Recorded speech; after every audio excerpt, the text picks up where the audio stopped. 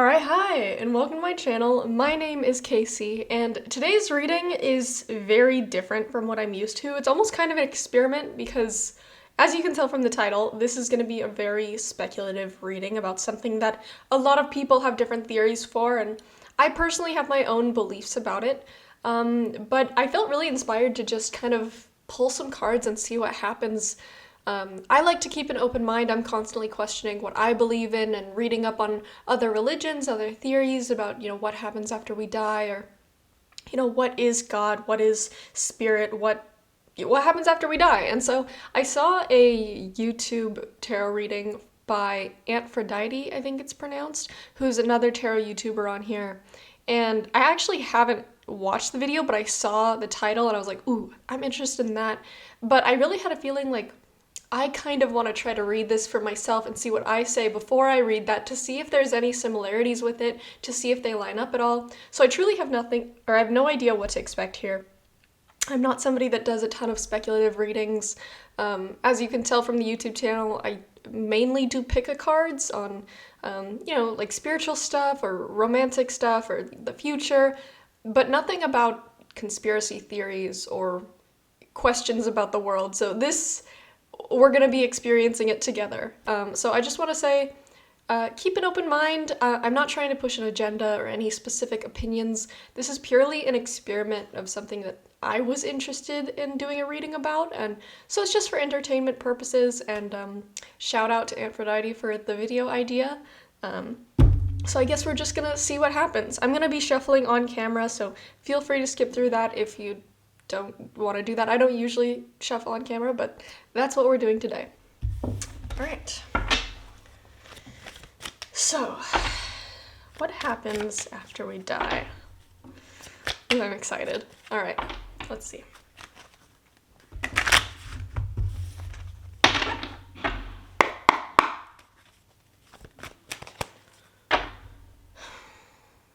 What happens after we die?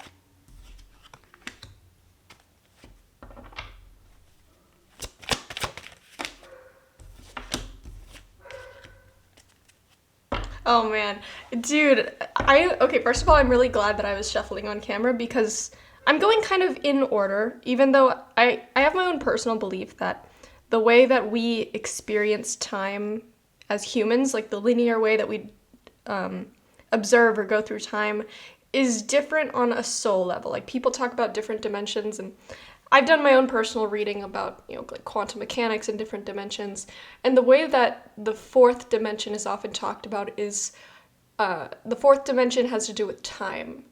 I'm not a scientist, so I'm not very good at explaining it, but I like to imagine that life is kind of like a film reel, and each of those different pictures on the film, as the film is going, we're like watching the movie of life. We're moving forward with it. But the fourth dimension is just the entire film reel.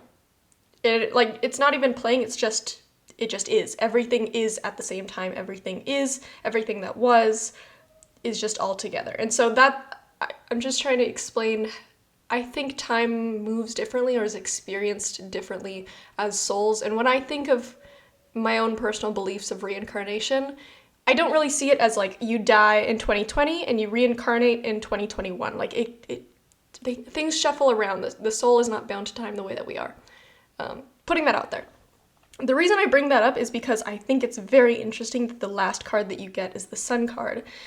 With the Sun having like a baby, and it almost looks like rebirth, like they're moving away back out into the world. Literally like reincarnation. That's my personal opinion of like what I'm seeing here. But it's like being reborn as a baby. Like the baby is naked. I actually don't know if I should be covering that up on camera, but you know what I'm trying to say? So, going through these cards, you start off with the King of Wands reversed and the King of Cups reversed. I find this very interesting because it's almost like, the kings in the different suits of the tarot are the highest possible card, and to me that's the oldest of all the people cards. So it's like quite literally being the oldest that you will ever be at the end of your life. And with it reversed, I'm imagining death. Those kings who they've gotten to the end of their life, the oldest that they'll ever be, and then they're toppled over. And I'm almost imagining with them being reversed, it's like life force being drained away. Not in a negative way, but like releasing different facets of our personality. Like, for some reason, the idea of like an old man is coming to mind, and across his life he's gathered all these different perspectives and all these different emotions, but then when you pass away, it's like all that personality and ego specifically, like the emotions that drive us, are drained away to reveal our most base inner self. Like, for some reason I'm imagining like the human body as a shell, and inside is just this ball of like pure white light. And at the end of our life, the personality, everything else fades away, and it's just this ball. And the reason I think that is because the King of Wands and the King of Cups coming out specifically to me signify, King of Cups is emotion, and King of Wands, to me, Wands has to deal with life force, energy, creative, passion.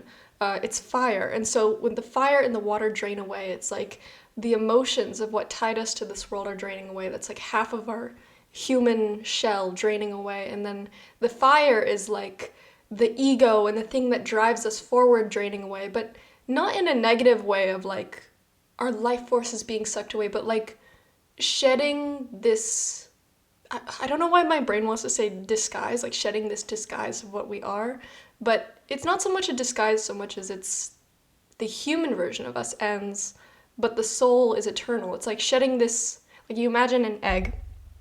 The shell is like our human self going through life. And when you die, the shell is gone, but the yolk is still inside. And the yolk is like the soul that can never be destroyed. It can never be changed or altered. It can just be placed in different eggs, placed in different human lives, different human bodies.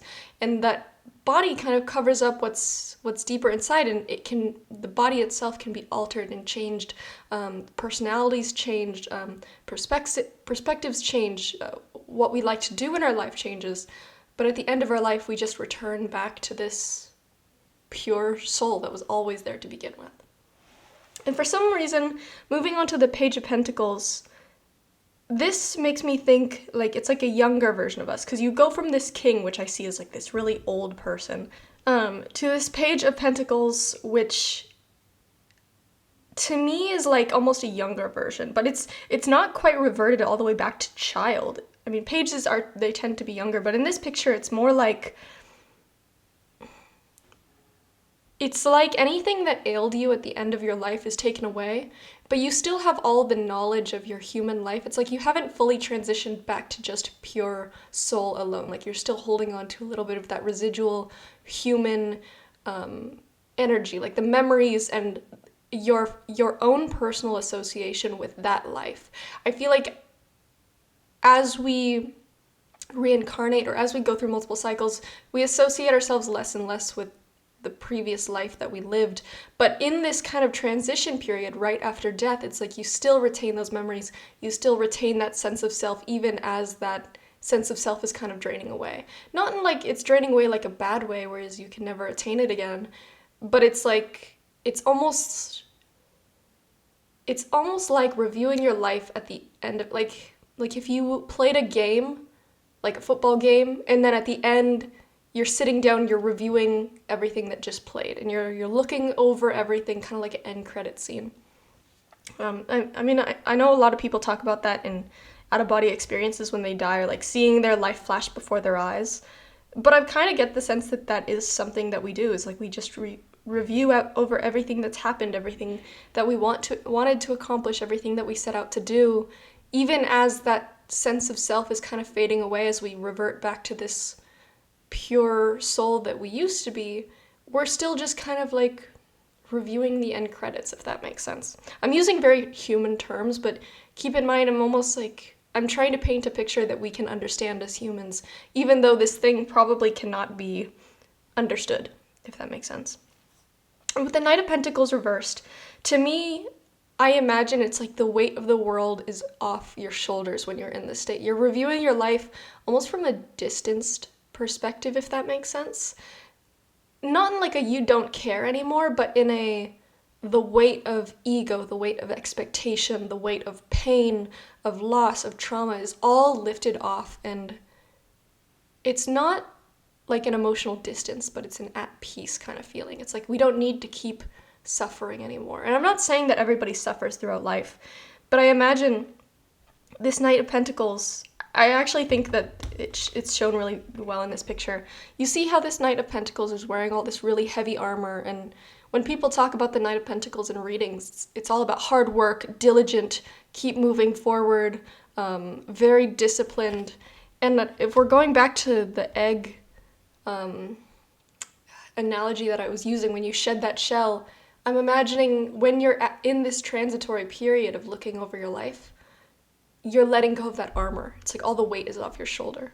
Now you're finally letting go of everything that burdened you. But I don't think that the love and the good emotions and the love that you had for your life and for the people in your life disappear, or you suddenly become like you don't care about it. It's more like expectation is taken away. Any stresses that you had, any pain that you had, any fears that you had surrounding death, if maybe before you died you knew it was going to happen. For some people it's a surprise, it catches you off guard, but if you were sick for a long time and you had all this fear, it's like once you've crossed over, all that fear goes away, all that pain goes away, and you're lifted. Like, I imagine not just returning back to this pure form of soul, but being naked and bare, like removing all the armor, removing all the weight from you, feeling weightless in both a physical sense, but also in an emotional or spiritual sense. I don't even know how you would put that into words. And with the Three of Wands reversed, it's kind of sad, because if you know anything about tarot, you know the Three of Wands, when it's upright, is all about moving forward. It's all about looking towards the future. But with it reversed, it's like that's the end of the book. That's the end of the chapter. And it's a bittersweet thing, but just because it's quote-unquote over doesn't mean... Like, there is this saying that I heard the other day that I really like. It's actually from my favorite book series, The Locked Tomb. Shout out to any of you that know what The Locked Tomb series is. Such a good book series. But one of the sayings that was in it is, loved can't be taken away. I'm paraphrasing that, and it's probably not how it exactly goes, but it's the premise of just because something has been broken up, just because somebody has passed away, loved cannot be undone. You can never take away the fact that something has happened, even if it's in the past. And so that personally is something that helps me when I'm feeling like nostalgia and I'm wishing I can go back to the past, or wishing I could go back to childhood or past moments that were over. But I think, even though it's over, even though I can't physically touch it anymore, and even if I can only see it in my memories, it can never be undone. It can never be taken away. And so I feel like that's the kind of feeling you get at the end of life, is this bittersweet, like, yeah, it doesn't get to keep moving forward anymore. Yeah, the end of the chapter has been written, the book has been closed, but the book itself can never be destroyed. Maybe for some reason we can't read through it for the first time again. Maybe we can only read through it through memories. But love can never be undone.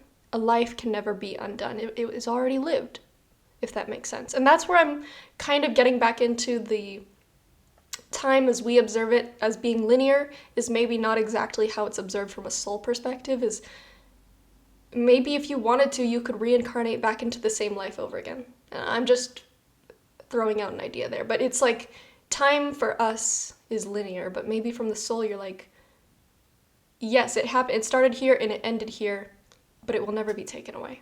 Even though it's over, it doesn't mean it's gone, is what I'm trying to get at.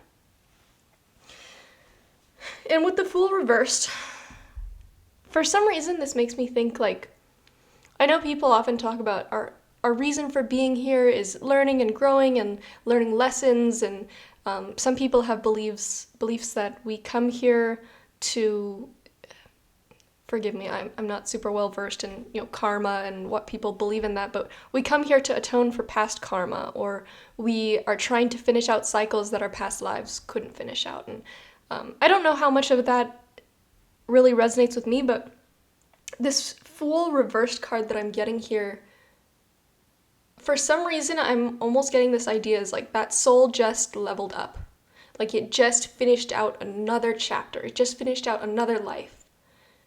And it's now almost time to hop back into a new one. But now you can say that you finished that one, and maybe you're looking over at it and you're like, what things did I not quite finish here? What things do I want to try over again?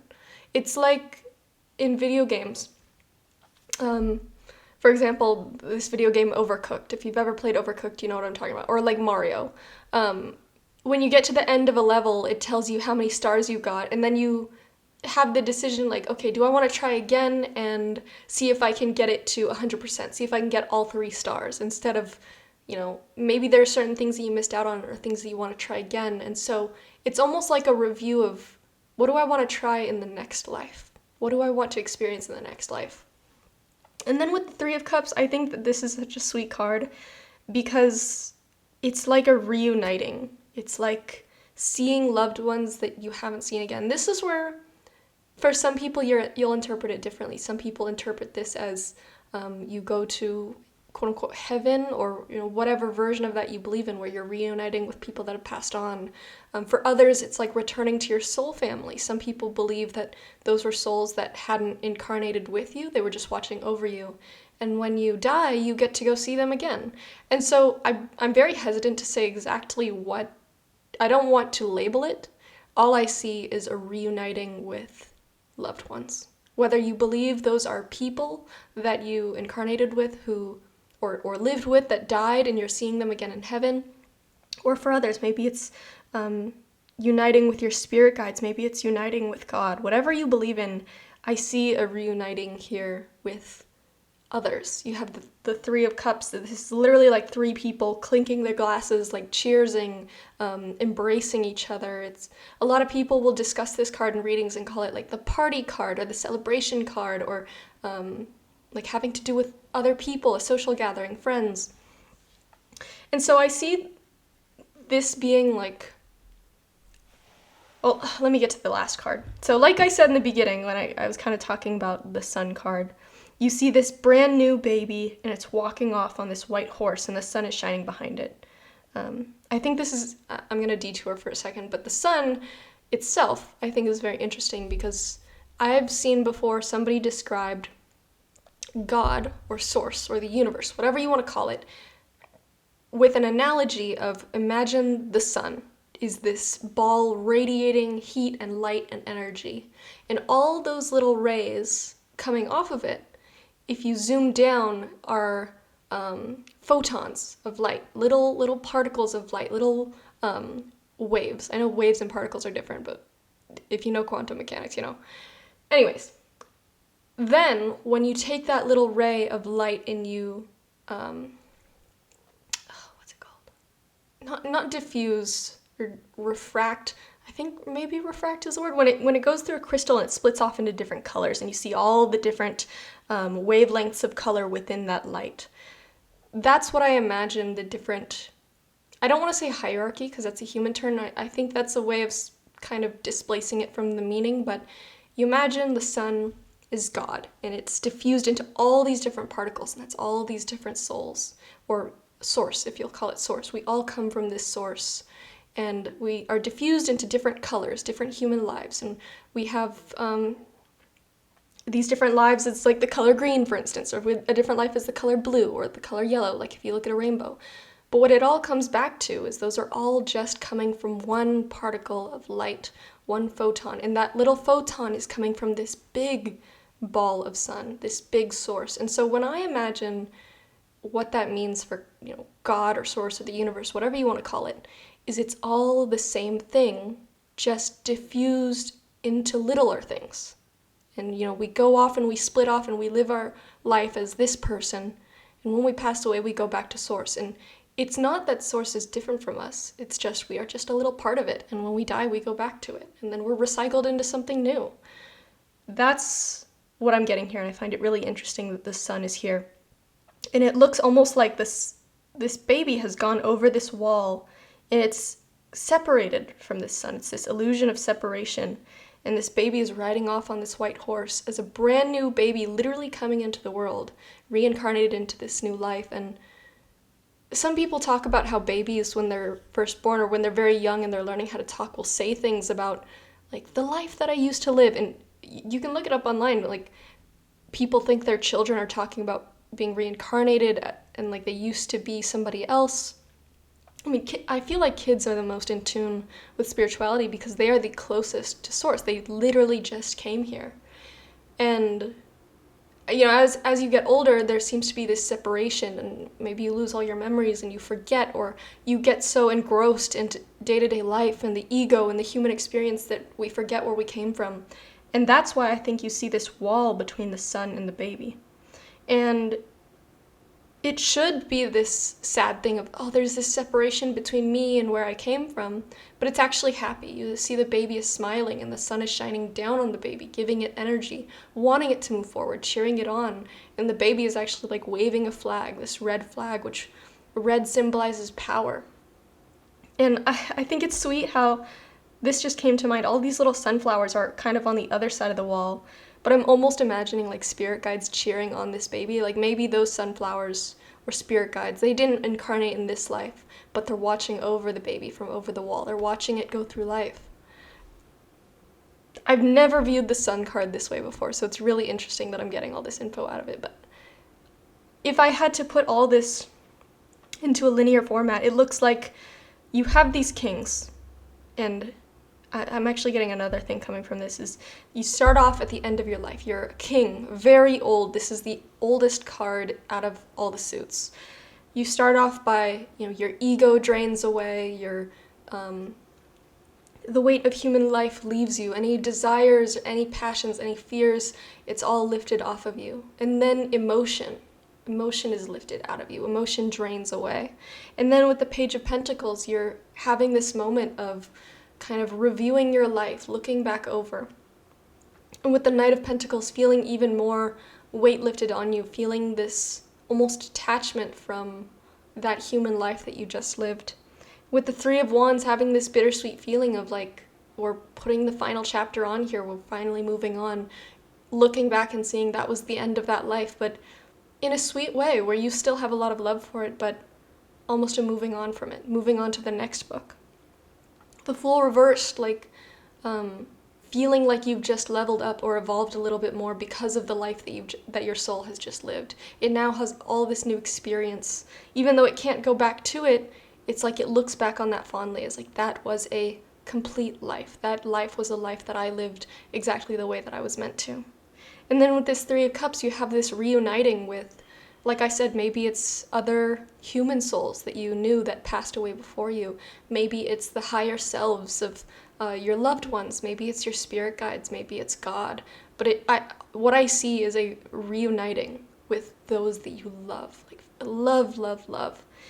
And then finally with the Sun card is like moving on to the next human life and being cheered on by your spirit guides, moving away from the sun. Even though the sun, or God or source, the universe, whatever you want to call it, even though it's on the other side of the wall, it's still shining down on us. Those rays still touch us. That light, that love, that energy still touches us. Even though there's this illusion of the wall being between us, you see the sunflowers, even though there's a wall between the roots of those sunflowers and the baby itself, it still peeks over the top. It's still watching over you. Even though the baby is faced away, it's moving away, it can't really see what's behind it. It can feel the warmth of the sun. It can feel the love of source. It's still being watched over by those spirit guides. Even though it's moving on, it grows older and the cycle continues. So, that was pretty nice. I really liked that.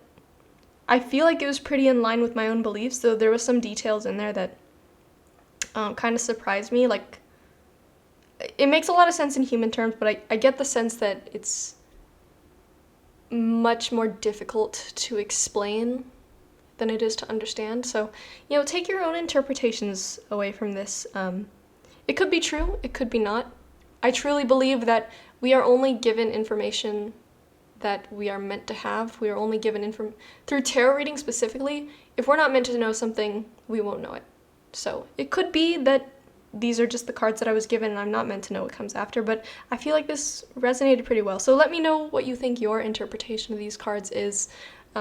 If you have any thoughts, try to keep it nice. I didn't do this to step on any toes. I didn't do this to offend anybody or to make light of any beliefs. Just for entertainment, just as an experiment, because I thought this would be pretty fun. But yeah, let me know your interpretations. Let me know your theories. And if you have any other readings kind of like this that you'd like to be explored by me, give me some ideas, because I'm always looking to do readings on what inspires me the most. This personally really inspired me, so as you can tell from the lighting, I'm actually doing this at night. I don't usually do readings at night, but I felt so inspired that as soon as I got off work, I raced home so I could do this right away.